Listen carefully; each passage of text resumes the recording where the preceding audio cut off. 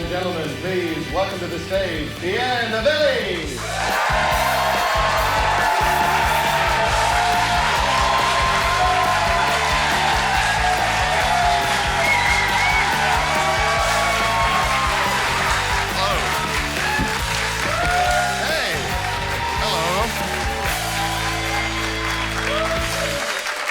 How you guys doing? Yeah, I'm also hooray. That's how I feel. I feel very hooray today. Thank you very much for coming out to this recording. My name is Pierre Novellie. If you've not seen me before, just clear that up straight away. Do a bit of admin up top. Pierre, French, Novellie, Italian. I have a French-Italian name because I am South African. So, yes. From Johannesburg, if you know South Africa at all. I'm from the crime one. Easiest way to explain it. I'm not from the holiday one, or the surfing one, or the safari one. I'm from the crime one, where the crime is. I'm from the part of South Africa where you're the most likely to bump into Louis Theroux. And it's never good to see him nosing around. Like if you move to a new neighborhood and on day one you look out of your living room window and Louis out there filming, you shit yourself, wouldn't you? You go, Jesus, what did the estate agent forget to mention about my neighbors, you know? You think, fingers crossed, Mormons or swingers? Those are the only nice people he chats to, I think. And either way, you're just dealing with a case of very friendly neighbors, right? That's fine. Few leaflets through the door kind of thing. That's okay. I heard a story once. Well, actually, I've heard it a few times, so I don't know if it's like a popular urban myth or if it's a real phenomenon, but I've heard this quite a few times, 3 or 4. When an old folks' home gets a cat, right, like a pet cat for the whole old folks' home, apparently there's this thing that can happen where the cat will start to sleep on the bed of the next resident to depart. And so the cat sort of can somehow sense who's next to go. And will select that bed to sleep on, like a sort of omen of doom. And that's Louis Theroux, isn't it? But for where you live. That's how I see him. I did not grow up in Johannesburg. That's one of the reasons that I grew up. There were other reasons. Food and shelter and everything else was a big part of it, but statistically just it helps to not be there. Just overall. We moved to the Isle of Man when I was quite young, because why not? Why not add another layer to this diverse and yet completely white cake? Why not?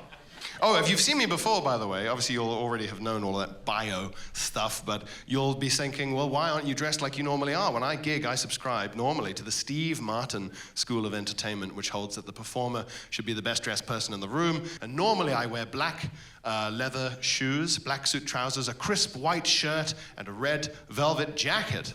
And the reason I'm not wearing any of those things now is I have become too fat. So... Too fat for the nice things. None for you, too fat. It's the trousers that are the problem, to be honest. The shirt I can just about stretch over my hairy belly, but the trousers are bad. And they fit so badly that I was trying them on in my flat, in my bedroom, on my own. They wedged at like the knee.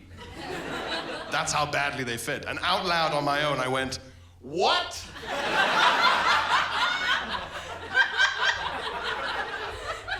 It was bad. It was bad. And I thought, I'm gonna have to get some emergency trousers. I've got shows. And so I went on to Marks and Spencer's online. Treat yourself. Rishi Sunak's paying. Why not treat myself if Rishi's picking up the bill? While I was ordering my emergency trousers, I did think to myself, you know what, Pierre? Maybe it's time to accept that these aren't your emergency trousers. These are just your new trousers. And then they arrived, and they were too small. So, mistakes have been made. Made and repeated. Some of you might be thinking, you don't look like big, like madly big or anything. Like I wouldn't think, necessarily. I'm so heavy. I'm a heavy boy. I'm dense like lead, like a dying star. I weigh like 2 stone, 12 kilos more than most rugby internationals. And with them, it's strength, isn't it? Whereas with me, it's egg fried rice, I think, is the main. I'm so heavy. And the reason that I don't necessarily look as extreme as that is because when I get fatter, when I gain weight evenly over my whole body at once. And which I know is not how you people do it. You all seem to get fat in one place at a time, and you have my sympathies, because you get fat, chin, then belly, then left bum cheek, then right bum cheek, whatever it is. It's not how I operate. When I get fat, it's evenly all over. Imagine someone slowly just siphoning butter into a wetsuit. Just a sort of almost imperceptible increasing girth over time, over the whole form, till your shoes are tight. I got this way because I followed some advice, and it was very, very bad advice. And it's advice that mostly women get. But I thought, what's good for the goose, I thought I'll give this a go. It's lady advice, but I'll try it out for me. And the advice is, listen to your body. Which you must never, ever do. Your body is your second worst enemy after your mind. Your mind and your body want only what is worst for you in this world. And they are not to be trusted. And it's all very well, the kind of women who give out this advice, listen to your body. You see that on Instagram. It's a lady scratching the back of her head with her big toe. In front of a sunset somewhere. And then in cursive it says, listen to your body. And you think, very well for you. When you listen to your body, it says things like, oh, salad is pudding. When I listen to my body, it says, why aren't you eating KFC? And I don't have a riposte. It's a good point. I go say, fair enough, and I go and I eat some. Because I don't have a counter-argument to that. I don't have a good reason. Also, when it speaks to me, it's like the voice from the One Ring, like Lord of the Rings. It's gotta eat some chicken. Do it. Is that normal? I hope so. Listen to your body is terrible advice. You wouldn't say that to a heroin addict, would you? What does your body want? Heroin, to be honest. I'm a heroin addict. Stupid fucking advice. Terrible advice. Trouble is, I use food as a reward. That's what I do. I'm an emotional eater and I reward myself with food. So I say to myself, for example, well, I've had a very good day. I've got a lot done. I sent that email. Practically Bill Gates. I should reward myself with some sort of enormous takeaway meal. Or, it's been a pretty bad day. It's been a tough day. But I've survived. And why not celebrate that fact with some sort of enormous takeaway meal? Or, if you had a normal day. Just a normal day, boring day. Not a lot's really happened. Why not spice things up? With some sort of enormous takeaway meal. Only those 3 types of day, though. One must have rules. You've got to have rules in this life. It's KFC, by the way, that's done a lot of this damage. When I was a young, heavy boy, it was pizza. Pizza was my thing, and now it's become fried chicken of all stripes, but particularly KFC. The Colonel's a military man, and he has me surrounded. I can't compete with that training. I assume he was in Nam. The Colonel's a master tactician, and he knows exactly how to get me. The genius of the Colonel, and it is genius, is in his marketing, strategy and his marketing. Because what I get from KFC when I go there is a mighty bucket for one. Which is a repulsive phrase, but that's the Colonel's power. He's so good, he can make, this guy, awful phrases sound appetizing, like boneless banquet. You can get one of those. Horrible medieval banquet where no one's got any bones. But the Colonel makes it work. Mighty bucket for one. The genius lies in the word mighty. Because the Colonel, in his wisdom, knows that not even someone as emotionally dependent on his chicken as me is willing to walk into a KFC on my own, probably late at night, walk up to the cashier. When the cashier says, "How can I help you, sir?" Even I, then, in that moment, I'm not willing to say, "Bucket for one, please."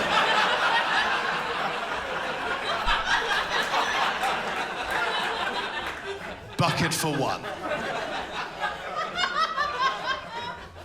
Do you mean family bucket, sir? So you can share the lovely chicken with your family? I have no family. Bucket for one. We have lots of box meals and sandwiches you could enjoy? No. I still want enough chicken to necessitate a bucket. But not so much that only 2 or more people could handle it. I want it to be in a bucket because I'm a hog. A lonely hog. And I'd like to eat like one. Bucket for one, please. You kill yourself, wouldn't you, the next day? Chuck the word mighty in there. Oh, now you're in the Avengers, aren't you? You're a superhero now. Oh, a mighty bucket. Oh, I'm feeling quite mighty myself. My power is I can eat chicken till I feel like I have the flu. Till I have a sweat in my lower back. Mightier with every bite. All I want, if I listen to my body, all I want is to eat chicken 3 times a day and die at 47. That's what I want. I won't do it, if only to save the NHS the hassle. But it's what I want. I'd be lying if I said it wasn't what I'm being told to do. All the whispering. It's absolutely what I'm being told constantly. Eat it, eat it. So, that's what I want. I won't do it, but it's what I want. What I want is to eat chicken 3 times a day, every day, till I die at 47. And then when I get cremated, right, I want my corpse to be so suffused with chicken grease that when they cremate me, they do it for free. I want the crematorium staff to come out to meet my family and say, "We've never seen a guy go up like that.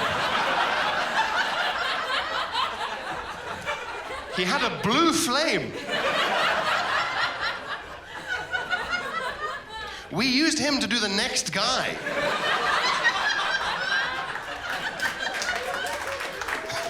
We owe you money now, I think. We've just done the first green cremation, technically. That's what I want. I got so heavy, I killed a chair with my ass. I killed a chair, I murdered it, it died. I killed it. It turns out chairs have a maximum weight. I didn't know that. It's in the manual. Chairs come with small print, it turns out. You think something relatively simple like a chair would not have a sort of trap element. Also, I don't read the manual when I buy a chair. Not to sound arrogant. But when it comes to sitting in chairs, I do rather feel like I've been to the University of Life. And I was wrong, it was hubris. Because there is a little warning in there that says, beware. If you weigh 100 kilograms or more, and I weigh a lot more than that, dense boy. If you weigh 100 kilograms or more, beware. The IKEA Herkel-Durkel chair, or whatever it is not equipped for someone of your sheer density, and you're taking your life into your own hands. And that's why it died. It died. I was on quite an important Zoom call, to be honest, actually. And while I was on this Zoom call, the chair was in the elevated position, right? Like that, with a little paddle there. And it died under me. It died under me like an elderly lover.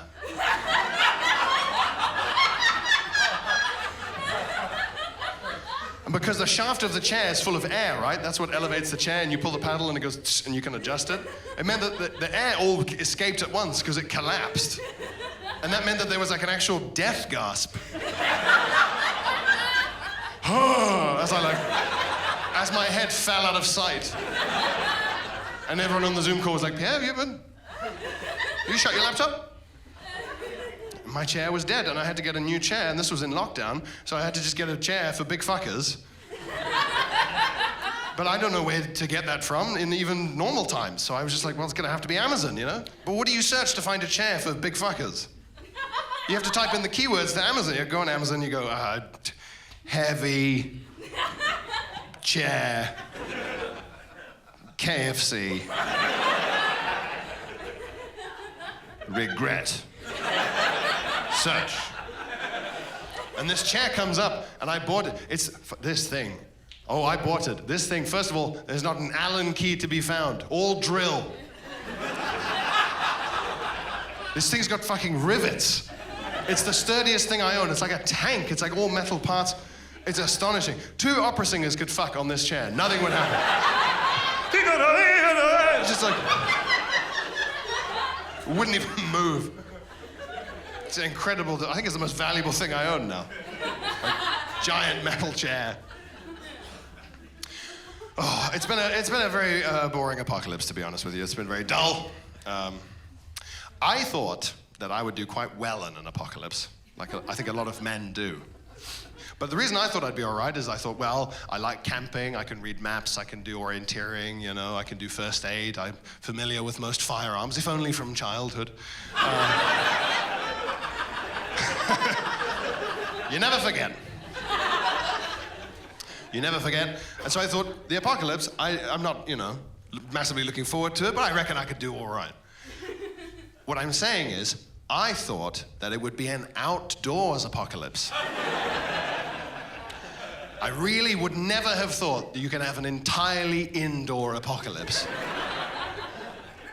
What I wanted in my head was me standing on the roof of an abandoned petrol station, firing a shotgun into the air to scatter a group of wasteland raiders. Mad Max, you know. Not fucking, happy birthday to you. It was pathetic.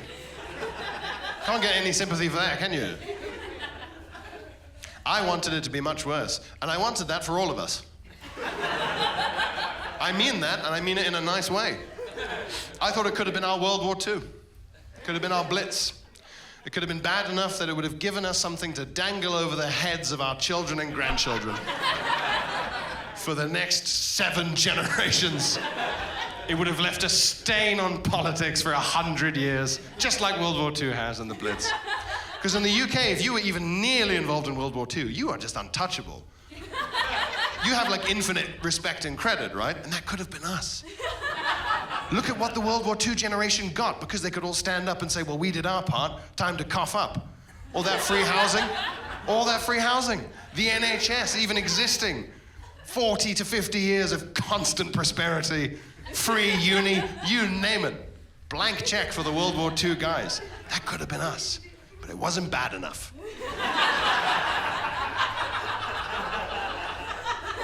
It wasn't bad enough. It was bad, but it wasn't that bad. It wasn't World War II bad, and that's what I wanted. And I'm annoyed because my cousins in South Africa, their lockdown, it was. Now they've fucking got that over me. Every Christmas they're gonna be giving it this. Because in South Africa, if you don't know, a lockdown was enforced by the army. There were tanks on traffic intersections. The army went around fucking people up and forcibly shutting down shops that shouldn't have been open. They banned all alcohol and tobacco sales for a total of 6 months over 4 different periods. Yeah. Pierre, didn't prohibition naturally lead to an explosion in organized crime? Yeah. Wasn't there already quite a big organized crime problem? Yeah. Didn't that mean that the organized crime and the police and the army formed a kind of triangle? Yeah. Then they've got that now, so what am I going to say to them? Yeah, well, things might have been bad in South Africa, but have some sympathy for me. I got fat. A little bit of respect wouldn't go amiss. Can't say that to someone from Africa. It's hard having too much food. It doesn't really scan as a problem. 50 years from now, 40 years from now, it's Christmas time, got all the grandkids running around, and they say, oh, Grandpapa, oh, you were in the great lockdown. Oh, what was it like? Please tell us. We're doing a big project at school. Please, you were there. What was it like? And I'll say, no, I don't. No, please. And I'll go, oh, very well. Gather around my enormous chair. I'll go around. Still going strong after all these years. A few patches of rust where I've knocked over dip or something, but still going strong. Gather around the chair. They all gather around and they say, what was it like? And I go, oh, it was hard. I wouldn't wish it on any of you, no. It was tough. You see, normally children in those days, we had things called offices, and we had to spend the entire day trapped in them. And in order to get there to be trapped for the whole day, we had to do a thing called a commute, where we were trapped in a train, bus, or car. Now, those things formed vital barriers between us and the endless mountains of delicious food.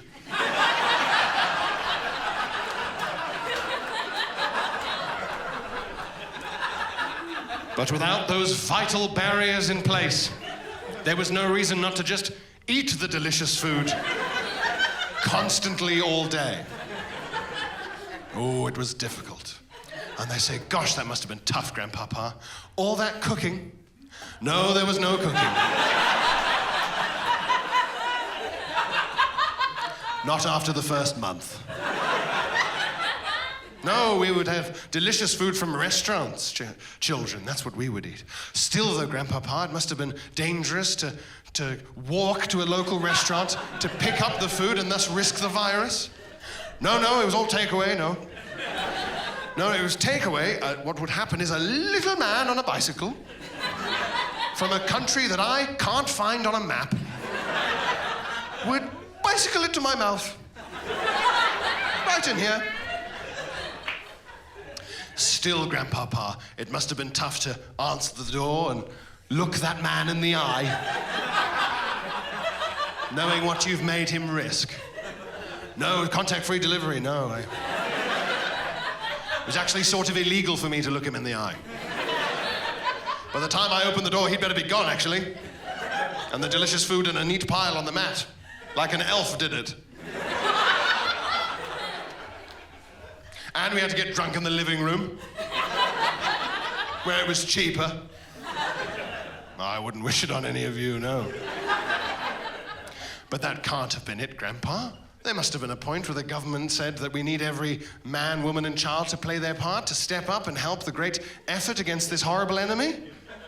They must have put out some sort of call or national service. Oh, yes. The government blew the bugle, and we answered. Oh, yes, we played our role. The government decided that none of us were nearly fat or drunk enough. So they offered to pay for half.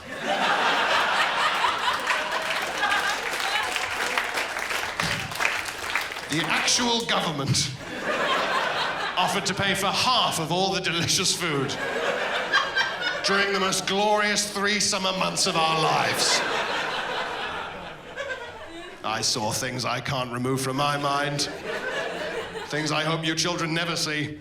4 starters a person. People ordering cream spinach just as a laugh. You wouldn't have lasted a minute. All those months of lockdown, and I never broke. I never broke. I held firm. I never once even tried to make a vegan meal. Never even tried. And I could have. I have lentils, not to boast. Didn't do it once, never broke. Constant stream of meat. Never broke. I have a lot of vegan friends. It's a big thing in comedy. A lot of comedians are vegan. And I admire it. I admire the hell out of it because it seems incredibly difficult.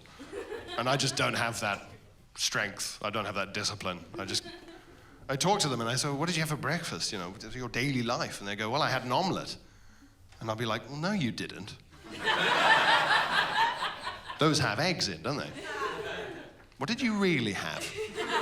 And they say, well, I had a vegan omelet. And I go, yeah, but what's it made from? Ghosts? What is it? Come on. If it's not made from egg, there's not much left of an omelet, is there? Just some loose peppers.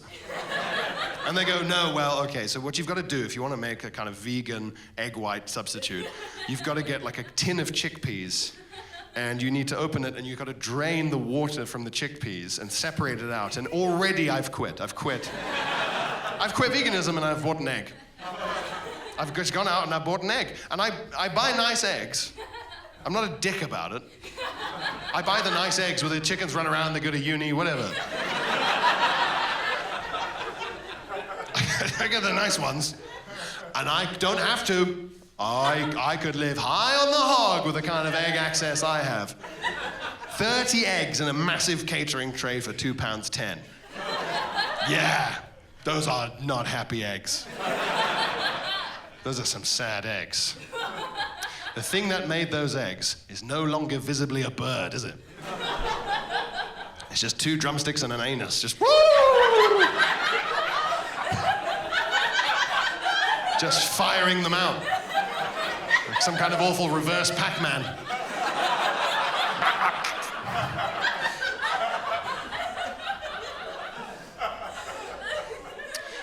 I don't think we're ever going to stop eating chicken. They say the future's vegan, and I guess we could all cut out beef and lamb and whatever, but chicken is just, it's too good. It's too good. And I don't mean that just in terms of taste. I mean as efficiency as a food source. It's incredibly efficient. Like if you were a farmer and you'd never heard of a chicken, and I explained one to you, you'd think I was fucking lying. It's that good. You'd be like, this cannot be a real animal.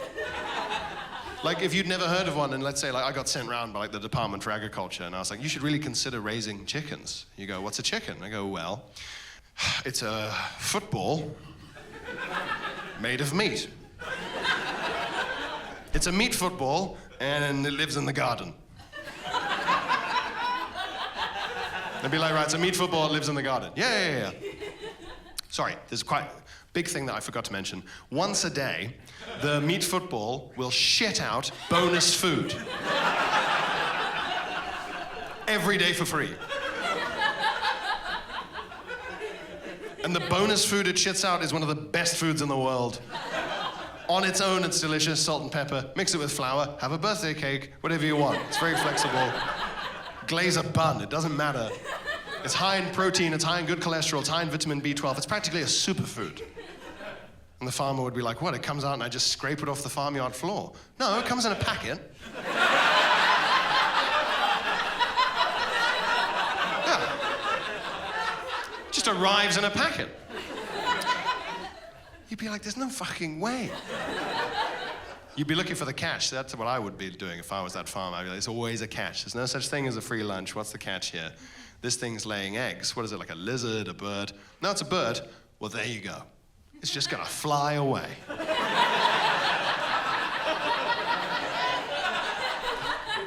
No, I don't think that'll be a problem.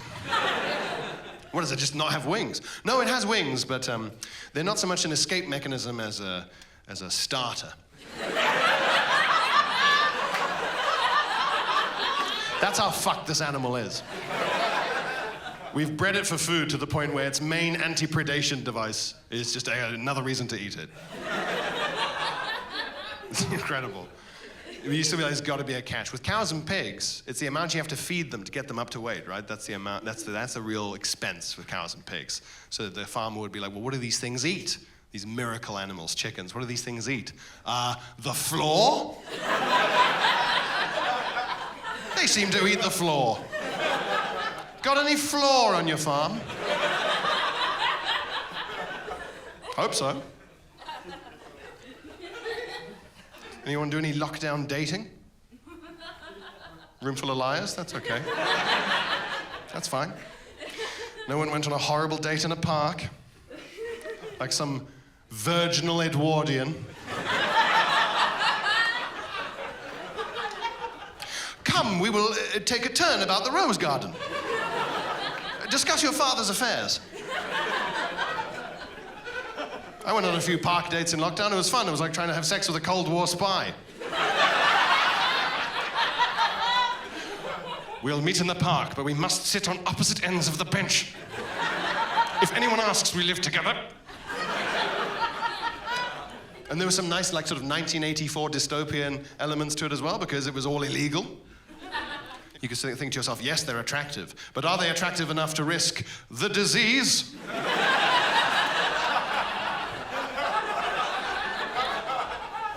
What if they have the disease and my telephone can sense it? And they'll lock me away. It's great, a horrible futuristic dystopian movie we all lived in there. I managed to snag, if you remember that window where Rishi Sunak tried to get us all to go get COVID, it does in hindsight look a lot like a murder attempt. Yes, if they're all fat, it'll be even harder for them to recover. Yes, food. Another 10% off the meal if you cough in each other's mouths. Go. I managed to snag myself a girlfriend in the Rishi window. And it was, and thank God, it was a real win for me, because at the time, my job was illegal, and I was at my very fattest, so I was literally like overweight, unemployed clown. So she's really bought Bitcoin at the dip, I hope that's not another dip like that. See if it pays off. No, I managed to get my girlfriend pre-cat. I'm allergic to cats, that's why that matters, by the way. I turned 30 in lockdown 1, and I was worried about dating in my 30s, because I'm allergic to cats. Once you switch the age range to 30 plus on the apps, every second person's got a picture of their fucking cat. And the caption is like, don't swipe yes if you don't get along with my son. My girlfriend is a real person, by the way.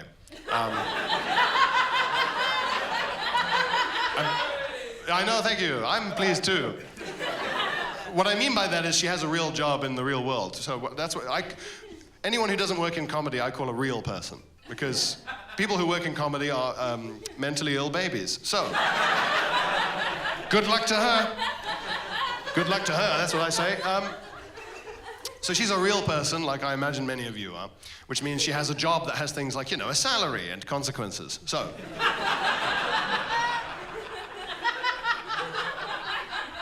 Her friends are real people too, and when we all hang out, they talk about real people stuff from their jobs, and I have no idea what's happening, because I've done this for years, and I'm so divorced from, like, a job in an office that, like, I don't even know the nouns they're using. It's like being 4. They're talking about, like, well, we've got to keep the kind of B2B tech synergy requirements front of mind for the upcoming webinar of the... It's all like LinkedIn style. I have no idea what's happening. But I'm like sort of sat there at the dinner table, and they're all talking like that, and I have nothing to contribute. So it's like they've let a 4-year-old sit at the grown-ups table. And I'm just sat there like, chicken's interesting, isn't it, if you think about it? The eggs are free. They're so... So I have nothing to contribute. And I had a revelation where I was sat there and I was thinking, like, wow, I really am a giant clown. And I had a revelation where I realized if this was a movie, right, if this scene I'm in right now was like in a film, my character would be played by Jack Black. That's me now. I'm the guy who's like, oh, can I pay my rent and guitar solos?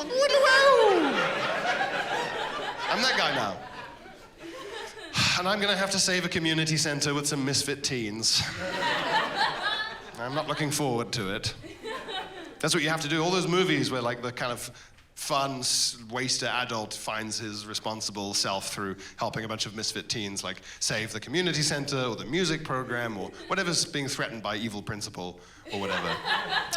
The thing I don't like about those films, and there are loads of them, is so they'll be like, oh no, evil guy's gonna shut down Good Thing for Kids.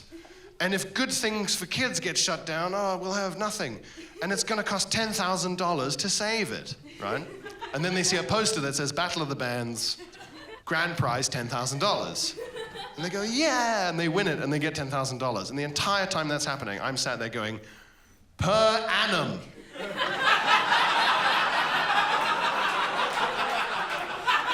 Per annum. Your $10,000 is at best a sticking plaster, Mr. Black, for the desultory finances of this music center.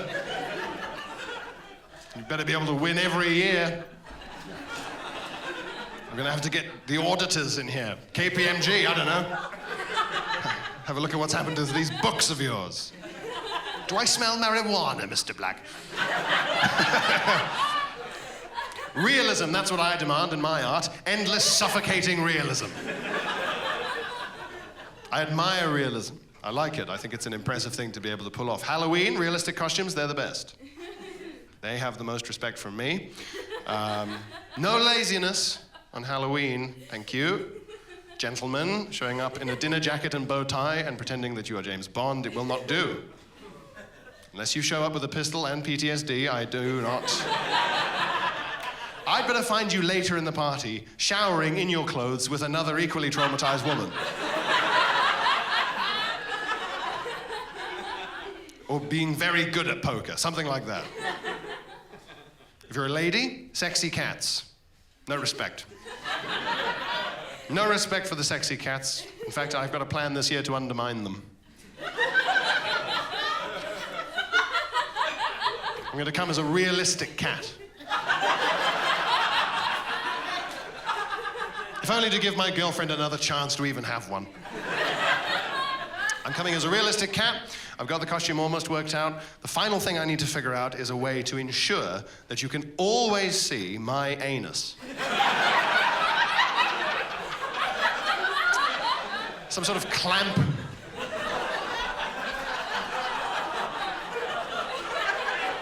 Like a splaying device, I suppose. It's harder than you think, because cats don't have bum cheeks, do they? No, they don't. They have a sort of panel with a bum hole in the middle. Hard to emulate that in a costume without help from Jim Henson's workshop. That would have been a horrible villain in Scooby-Doo, wouldn't it? Someone dressed like that. Thank God you're here, mystery gang. There's a giant realistic cat haunting the theme park. Oh, and you think it's a man? No, we know it's a man. We want you to get rid of him. He's got his anus out. Fred and Daphne would be like, no, the police should do this one. For once, the police can have one. This man is disturbed. What a dull show that was, Scooby-Doo. What an incredibly boring... As a child, I loved it, but looking back, it's the most boring show in the world. Every single episode of Scooby-Doo was about financial crime. Low-level financial misdemeanor. Oh, no, but there was a guy dressed as Dracula. Yeah, but why was he dressed as Dracula? It was to scare away a board of investors. He was dressing as Dracula to devalue waterfront property. That's fraud. That's a financial crime, isn't it? All I'm saying is, does that not strike you as a phenomenally dry genre of crime for a children's cartoon? Like, I can see why they need the ghost bit. Just to spice things up, for God's sake. I mean, Hanna-Barbera must have had to have a meeting and gone, look, we've done a lot of test screenings, and children refuse to engage with our cartoon about a van of traveling auditors. They find it dull. We're going to make one of the auditors a dog. The rest of them can be hippies. People, that's cool now. People like hippies. People always trust hippies with financial affairs. And the fraudster can be Dracula. Why would a fraudster be Dracula? I don't know, Stephen. I'm bringing solutions. Try to save the show. Hippies are creepy now, aren't they, really? They were fun for a long time, but they're creepy now. Like clowns, you know, there's a limit, isn't there? Clowns have been creepy for a while, though. I wonder how long it took for them to become upsetting. Because they must have been fun for a while, right? Had a honeymoon phase. There must have been a period where if you saw a clown, your first reaction sincerely would be to go, yes! Yes! It's one of the funnest men. It's one of the men who's only fun. Look, look, look. And then it would have, for a while, what was that, 20 years, 30 years, they started to go, oh, they're quite odd people, actually. And in their private lives, they're actually, they would have been shocking at the time. You would have said, hey, you see that guy who's a clown? Yeah. Actually, in his private life, he's quite sad and sort of troubled and odd. And it's quite serious, really, when he's not all done up, or when he's off stage. He's actually quite troubled. You go, what? No. Not the clown. He's one of the funnest men. Now, these days, if I said to you, you see that clown over there? Well, in his private life, he's actually quite weird and troubled, and he takes this all very seriously. He'd be like, yeah, I know what a clown is. Yeah, I know, it's a clown. He's weird. That's happened with hippies for a while. Hippies were so fun, and then Charles Manson, the ultimate creepy hippie. Charles Manson probably put the old nail in the coffin there. For the hippies. And in hindsight, it seems naive, doesn't it? That there was a point where someone had to say, hey, you guys know that big social movement where much older, more charismatic men, they take groups of very young women who've often run away from home and dropped out of school, and they take them in a big group, and they take them far away from where they live with no documentation or money or ID, and they have to go live in the wilderness, and he feeds them drugs. Well, there's been something untoward going on. People would have been like, "Aw." Charles Manson was the head of a fascist hippie death cult called the Manson family, and he convinced his followers that if they all went out and conducted a series of high-profile, brutal slayings of Hollywood celebrities, that would trigger a race war that destroyed the earth. And after that, the Manson family would rule the world. He was not clear on the details. He was an ideas man. A real blue sky thinker, Charles Manson. And they all did that. They did exactly what he said, and he went to jail for his whole life, as well he should. And then, mid-trial, Charles Manson got a big old swastika tattooed right fucking there. Right in the middle of his face. Big swastika. Which for me at that point is overkill. He doesn't need that as well, does he? Once your fascist hippie death cult has brutally slain a bunch of A-list celebrities in an attempt to bring about a race war that destroys the earth, we get it, Charles. You're unreasonable. Over-egging it a little here. I don't know if any of you caught the best thing about Charles Manson's forehead swastika. Mid-trial. Not while he was still walking around, and not once he was in prison to fit in with the lads. Mid-trial. Can you imagine being that lawyer? It's the most high-profile case for 40 years, and everyone in Hollywood hates you, and you're his defense attorney. And he's in pre-trial detention. Now, Charles, we've had the initial hearings. I think, if we're lucky, you didn't do any of the murders yourself. So it's just your followers. So if we're lucky, we can convince everyone. It's all just a big misunderstanding. Just try not to do or say anything that could turn a jury against you. The next day, morning! Fuck! You're killing me here, Charles. Day 1 of law school, lesson 1. Try to make sure your client has as few swastikas on their face as possible. We're aiming for 0. It's difficult with that kind of stuff, isn't it? Because it's fun to hear about, but it's true crime. So it's real people's lives that you're being amused by. But equally, I don't know what my options are because I've become disillusioned with fictional crime. I used to love fictional crime, police procedurals, love them. But now, we've all become a little more disillusioned with the police over the last 2 years, it's fair to say.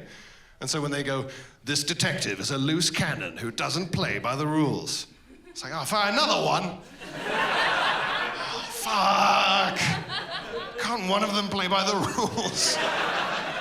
You can't have a whole ship of loose cannons. That sounds incredibly dangerous. It's a cannon. It shouldn't be loose ever, should it? Rolling around, exploding on stuff. You've got to get to the point where the police procedure is going to be, he's a detective who is aware of human rights. You go, wow. Wow. And it's set in America. Wow.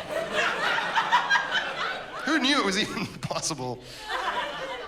And you get disillusioned with a lot of stuff about like the whole idea of prison.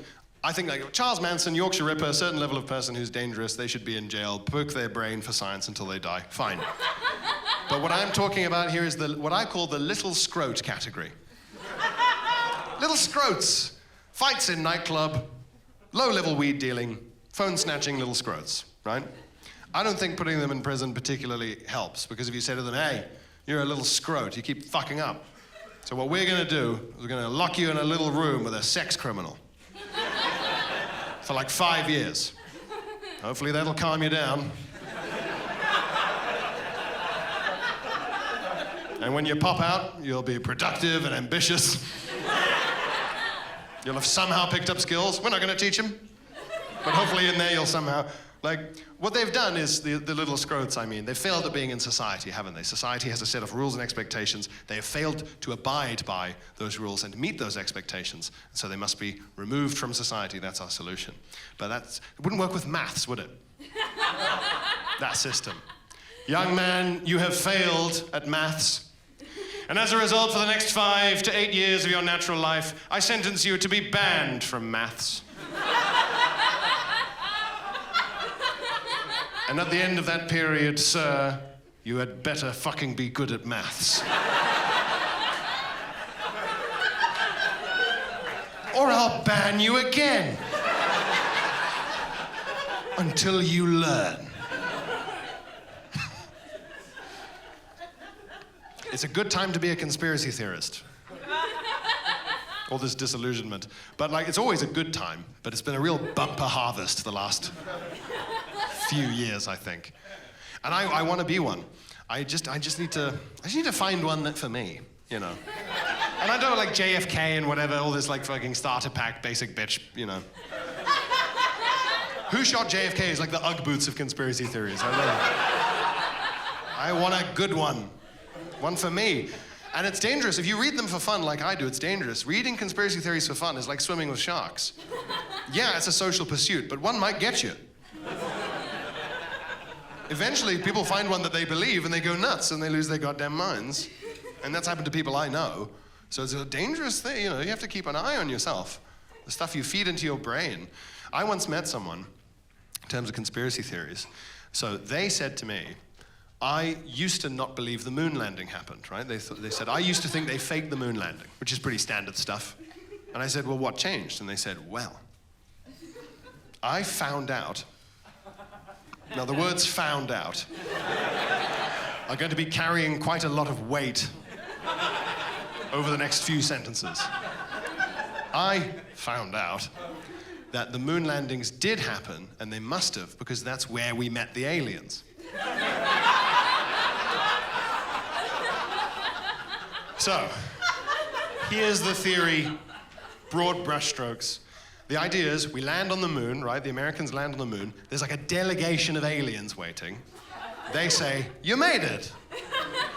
And they say, we've been watching you for a while, and blah, blah, blah, and we're going to try and give you all of our alien technology, right? To try and civilize you, bring you up to our level, because we're nice aliens. We're benign aliens, whatever. And that's why, since the moon landings roughly, technology has suddenly advanced so quickly compared to the rest of human history, because all the modern technology, like back then they already had iPhones, whatever's going to come out next year. They did, but they've been drip feeding it to us so we don't freak the hell out. Just like, shh, easy does just, ooh, a slightly faster computer, ooh, a phone with a camera, ooh. Easy does it, just so that, you know, us apes don't panic. And it's a good theory. And I was like, right, so you believed a conspiracy theory, and the reason you stopped is because a bigger one came and ate it. And they were like, yeah, basically. So I said, right. And they said, well, what's your explanation? What's your explanation for how quickly technology has advanced since the space race began? And I went, well, and I had to get my phone out, and I've got it written here because I genuinely, it's so boring, I can't remember it. I showed her the Wikipedia page for Moore's law, which is the observation that the number of transistors in a dense integrated circuit doubles roughly every 2 years.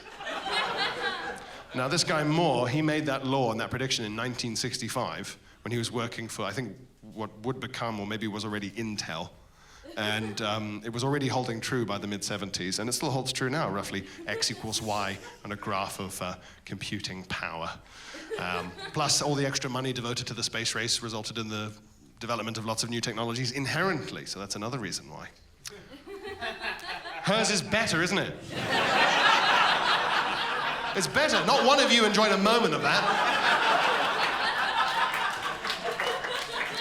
I was telling you about the nice aliens, all your little faces lit up. Hers is better, that's why I'm envious. That's a better way to live. You could stride the earth like an intellectual colossus. You could be in here right now and look at you all and say, oh, I'm ordering drinks on my iPhone. Thanks, Steve Jobs. Not Steve Jobs, it was the moon, people. Look at you, naive idiots. It's much more fun to be her than me going, oh, there's a little... Oh, there's a graph that actually...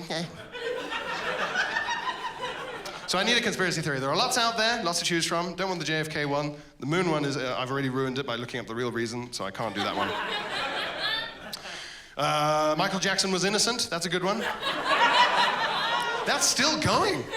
Like, people still tweet about that every day. Seriously, hashtag MJ is innocent on Twitter. Have a little look. It is a fucking insane corner of the internet. They're tweeting about it on Christmas Day. And I'm no better, because I'm checking on Christmas to see if they've tweeted it all. I'm not saying I'm better than them. I'm just amazed that on Christmas Day, Michael is not far from their thoughts. On Christmas Day, you could be saying, oh, thank you for coming all the way here. No, our turn to host. Sit. Yes, that's it, just over there. Actually, you know what, Stephen, there is something you can do. Just check on the roast potatoes. They're second shelf down. I just have to, 1 second. There we go. Those fucking kids are liars. They will burn in hell. Michael is in heaven, smiling down, send. 10 more minutes, yeah. We wish you, I mean, that's proper brainworms, isn't it? I mean, that's insane. And the main reason it's insane is that they don't think Michael Jackson was a pedophile. You know, Michael Jackson, the pedophile. Like, even post Jimmy Savile, they still have this faith, you know, like, I mean, come on. Michael Jackson lived his entire life as an adult as if he'd been cursed by a witch to have to tell all of us that he was a pedophile, but he wasn't allowed to use the word pedophile.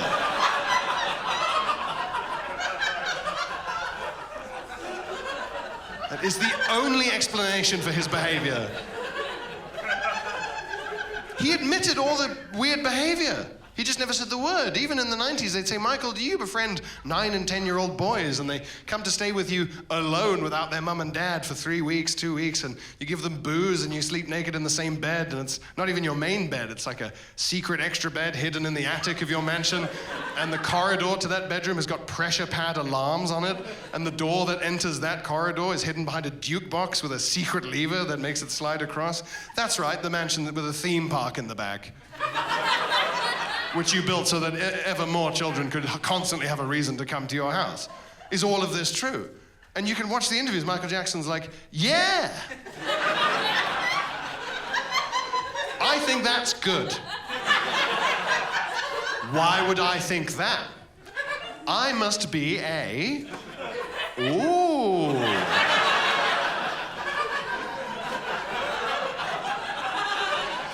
Any adult man who behaves like that for multiple decades must be one of history's biggest.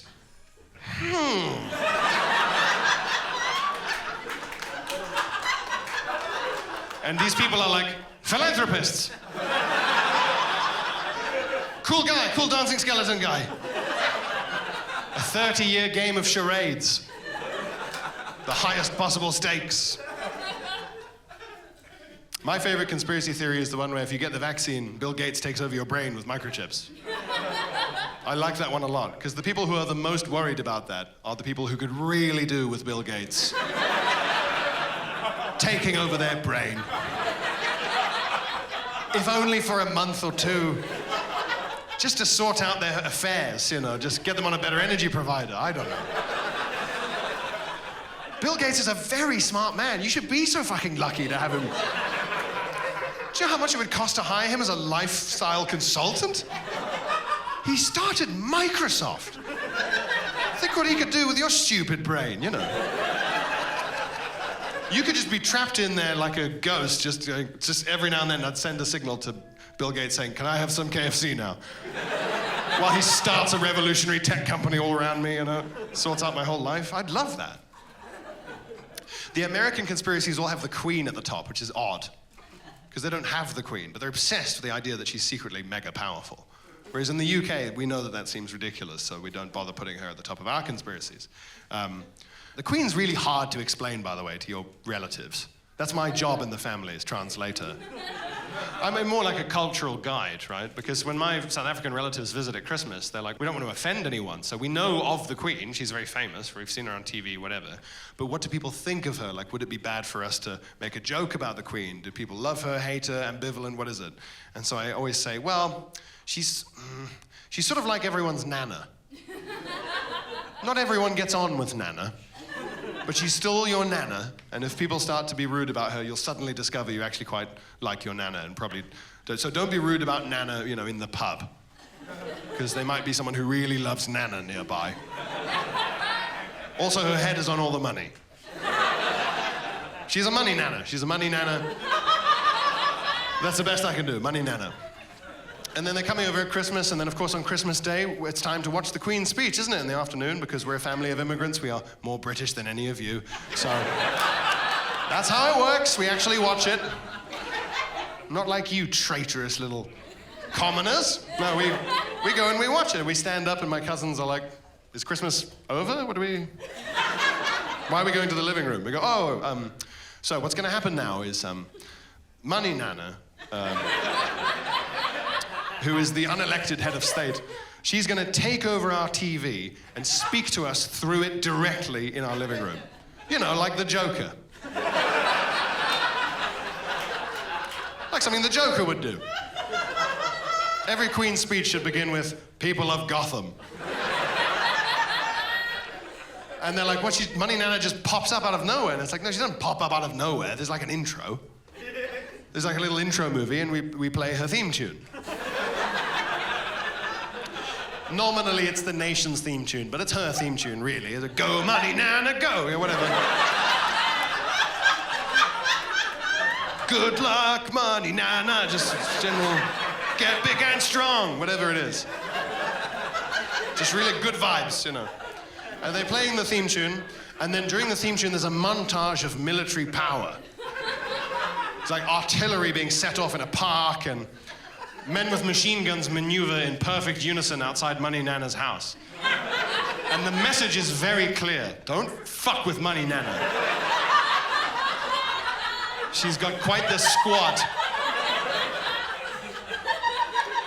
Then Money Nana appears on an enormous gold chair, and she's wearing full military regalia or military medals, and she's encrusted with the looted treasures of crushed tribes. Like a warlord or a Klingon. And at this point, my cousins are terrified because they're from Africa, right?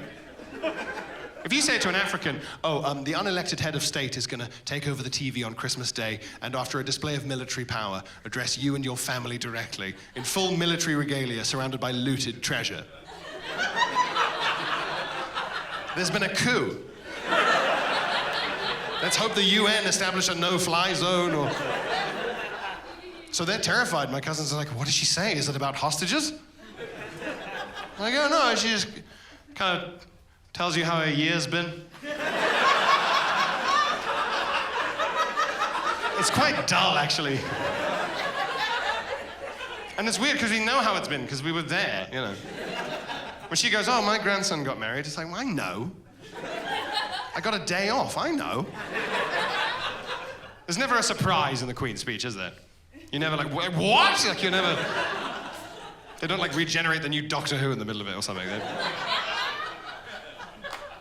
And then she says, oh, you know, Merry Christmas, and she disappears, and you're free to carry on with your day. It's a chilling display of power, really. Bone chilling.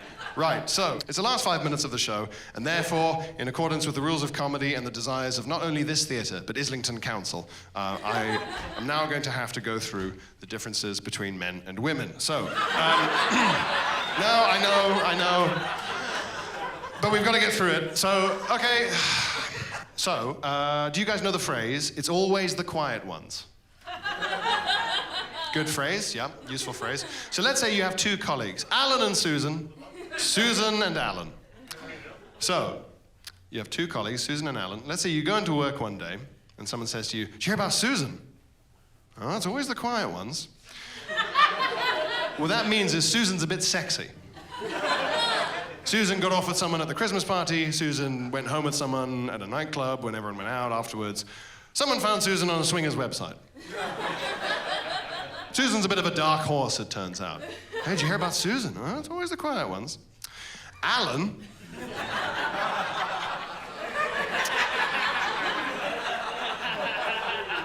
You come into work and someone says, did you hear about Alan? Oh, it's always the quiet ones. Alan killed Susan.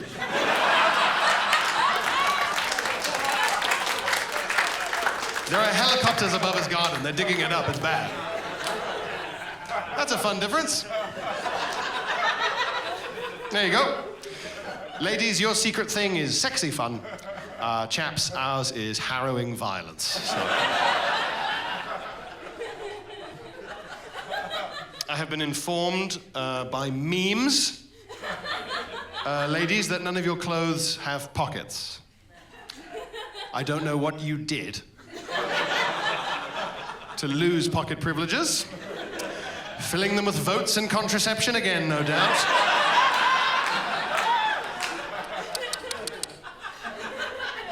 No, all of your things will be in a sack. Like a hobo in a cartoon. Everything in a big, heavy sack. Will the sack be cheap? No. The sacks will be very expensive indeed. And cumbersome. Oh, something to clear up, actually. This is a good thing to clear up now, for comedy's sake. Where a lot of comedians say, ladies, I don't know why it takes you so long to get ready. The reason is you have more things to do, so. Good to get that finally cleared up. 10 things takes longer than one thing, so. There we go. I'm a man. I have one thing to do before I leave the house, make sure I'm not visibly covered in shit. And I can do whatever I want. So, good to finally answer that question at last. Toilets. Specifically public toilets. Very different attitudes there. Men will use any public toilet. They are willing to use a toilet in almost any state. They're willing to mop up a stranger's still hot piss if it means that they can finally have a shit at a festival. So, men are fine with that. Women, I know women who have risked wetting themselves on a bus journey home to avoid using an even fairly good nick sort of public loo. Amazing. And when you do have to use a public loo, it turns out that all of you split into either hoverers or nesters. It's the hoverers I'm most impressed by because it's a wall sit with nothing behind you. It's the sort of thing Bruce Lee would do for training. I mean, just...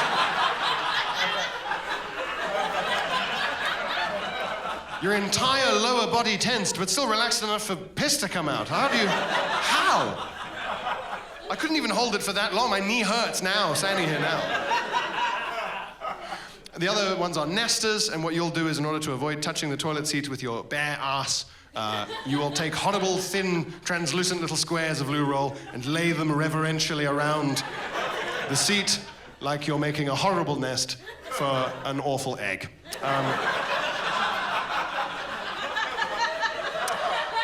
A lot more gender-neutral loos around, so I've come across a few nests lately. Like a filthy billoddy.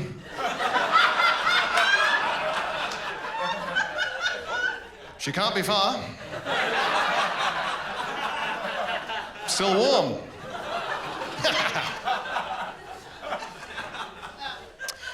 And of course, makeup.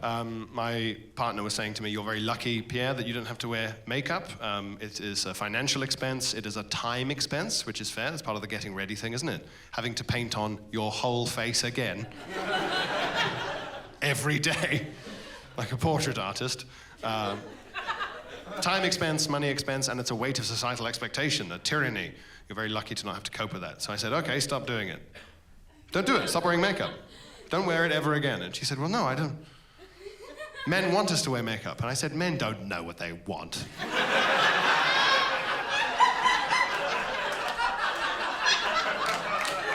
They don't know. Do you remember how you all used to have to wear ruffs? You know, in the Tudor period. Well, it's not anymore, is it? There's no more ruffs around. So what must have happened is women just went, these are horrible. And you all stopped wearing them. And men were annoyed for 2 days. For 2 days, men went, oh. Oh. And on the third day, they were just back to being, horrible fucking... They'd already forgotten, just ape brain. They don't care. Men don't know. It's not about us. And she was like, well, you know, we're all wearing it, and if you stop on your own, that doesn't mean everyone else will. So I was like, well, have a meeting. Have a lady meeting. Have a lady meeting at Lady Hall. Unionize. You all get makeup wipes, and you go, okay, 3, 2, 1. Okay, first person to break, we kill. She was like, well, you can't just ban it here because, you know, it's a multi-billion-dollar industry. It disproportionately employs women. It's an art form. It's a form of self-expression. And I like wearing it. And I said, you like wearing it? She said, yeah. And I went, well, then what are we fucking...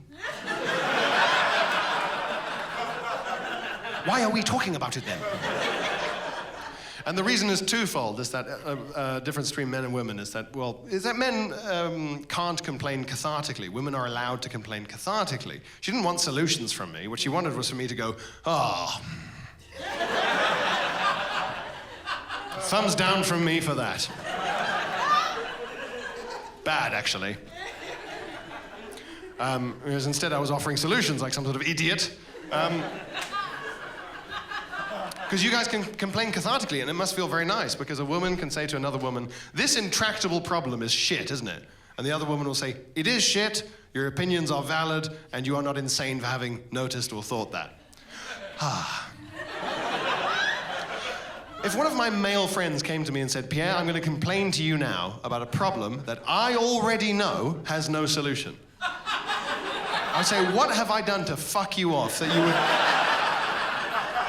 ruin my whole day like this? Get out of my house. Men don't get to do that. They don't have that catharsis. They just pack it all in there day after day until eventually they become one of the quiet ones. That's the end of the show. Thank you very much for coming out, guys. Thank you.